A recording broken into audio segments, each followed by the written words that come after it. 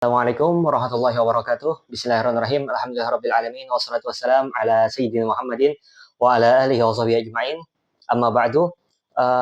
Kurang lebih 24 jam yang lalu ada datang pesan kepada kami ya dari seorang santri atau bisa kita katakan mahasiswa sekaligus dari Banjar juga yang sekarang sedang belajar di Kairo.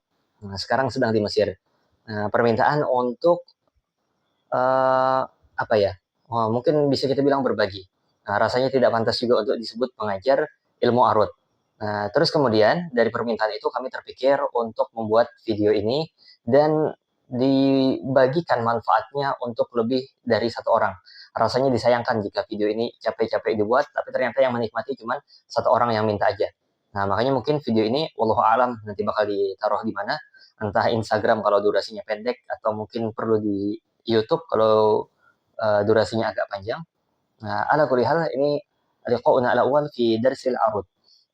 Daris ini insya Allah akan difokuskan untuk mubtadi yang benar-benar tidak punya pemahaman tentang arud blas sama sekali.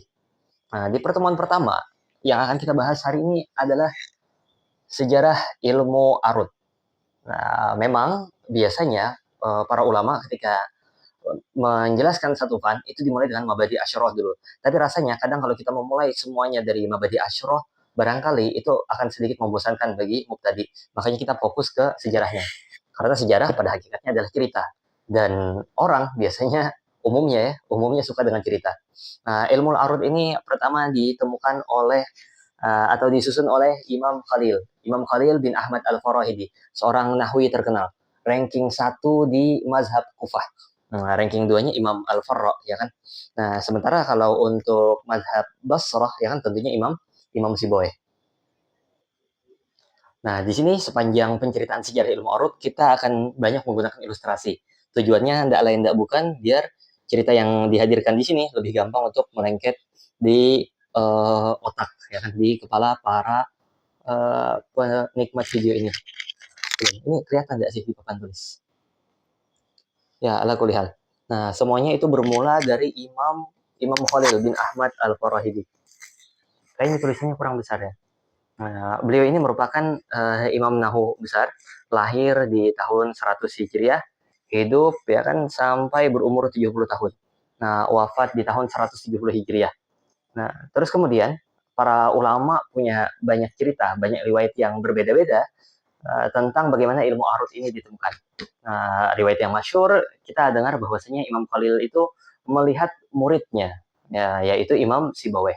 Nah, beliau mengajari Imam Sibaweh, namun kemudian ternyata orang-orang lebih banyak mengenal Imam Sibaweh daripada Imam Khalil bin Ahmad Al-Farahidi sendiri. Sampai-sampai akhirnya banyak orang mendatangi Imam Sibaweh. Terus kemudian dari sana Imam Khalil itu ada perasaan iri. Inilah riwayat yang masyhur. Nah, habis itu beliau berdoa kepada Allah Ta'ala untuk diberikan ilmu yang belum pernah ada orang punya ilmu itu sebelumnya. Nah, tujuannya biar apa? Biar orang-orang kembali kepada Imam Khalil. Beliau tetap memiliki keistimewaan yang Imam Sibawih itu tidak punya. Nah, ala kulihal, inilah cerita yang beredar. Nah, terus kemudian kalau misalkan antum-antum pengen baca versi yang lebih lengkap tentang cerita ini, antum bisa baca di buku karangan Syekh Muhammad bin Hasan bin Utsman atau terkenalnya Syekh Muhammad Hasan Utsman. Nah, beliau punya kitab yang lumayan tebal ya dalam ilmu arut. Nah, nama kitabnya itu Al-Muhazzab. Nah, nama kitabnya Al-Muhazzab. Nah, di sini kita gambarkan satu kitab. Nah, nama kitabnya itu Muhazzab. Nah, Al-Muhazzab fi ilmi al-arud wal qawafi. Nah, bukan muhazzab yang fikih ya.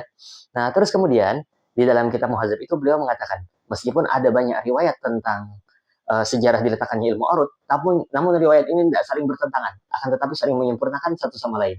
Dan beliau memberi komentar secara nas di sana, kata beliau bahwasanya mustahil Imam Khalil itu melakukan ini semua, peletakan ilmu arut didasari atas rasa iri. Nah, lalu kemudian ini dikomentari oleh murid beliau, namanya Ustadz Hengki Soleh Al-Azhari. Nah, kalau anda tidak salah, beliau ini orang Tuban apa? Orang Tuban apa orang Tulung Agung itu. Pokoknya orang Indonesia. Nah, dan beliau itu punya ringkasan dari kitab Muhazzab ini. Nah, dikenal dengan nama Zubdatus Sofi. Nah, di sini kita tulis ZS aja ya. Kitab ZS. Nah, alias Zubdatus Sofi fi ilmi al-arud wal qawafi.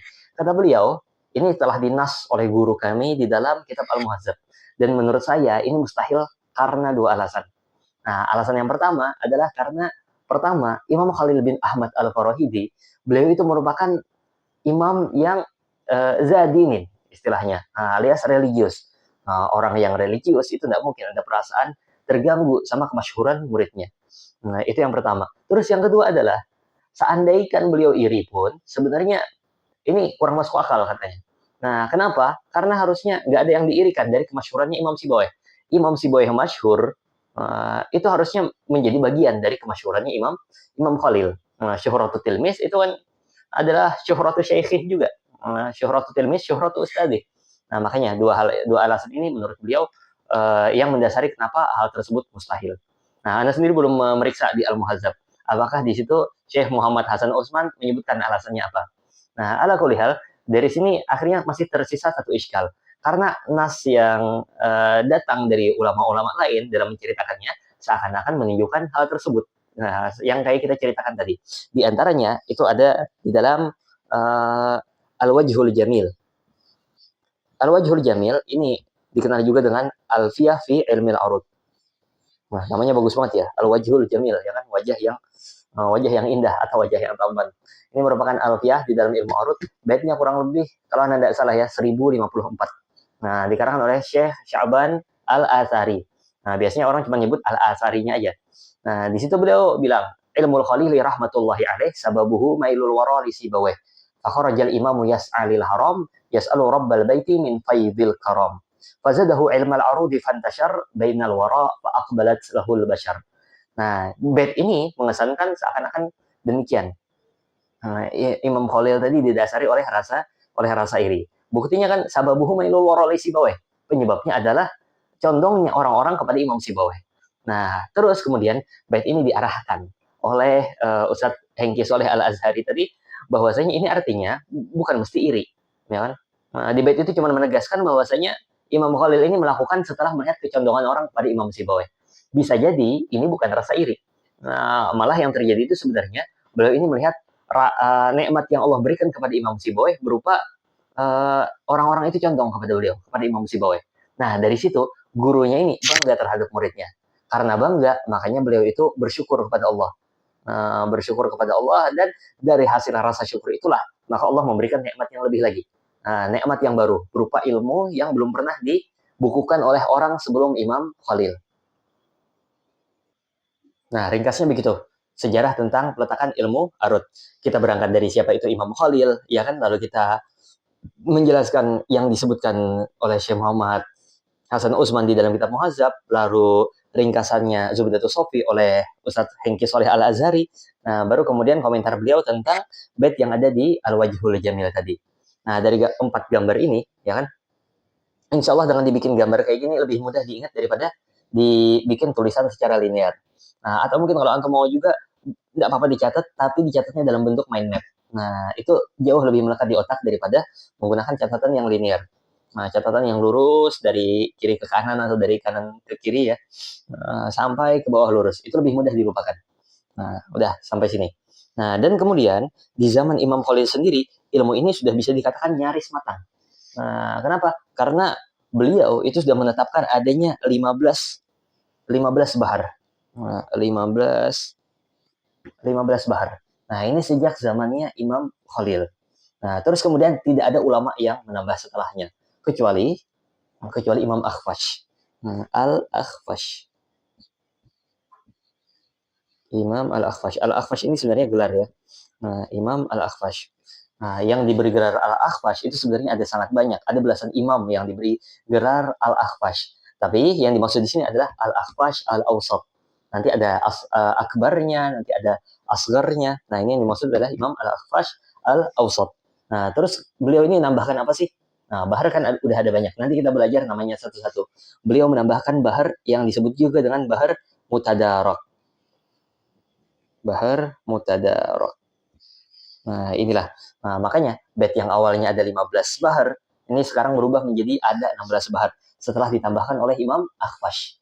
Nah, beliau menambah bait yang namanya bahar yang namanya bahar mutadarak. Nah, bahar mutadarak ini sendiri punya nama-nama yang lain lagi. Nah, di antaranya ada namanya muhdas, nama lainnya. Ada juga nama lainnya bait bahar khobab, ya kan? Dan sebagian orang ada juga nyebut mutadarok ini nggak mesti dibaca mutadarok, tapi boleh juga dibaca mutadarik.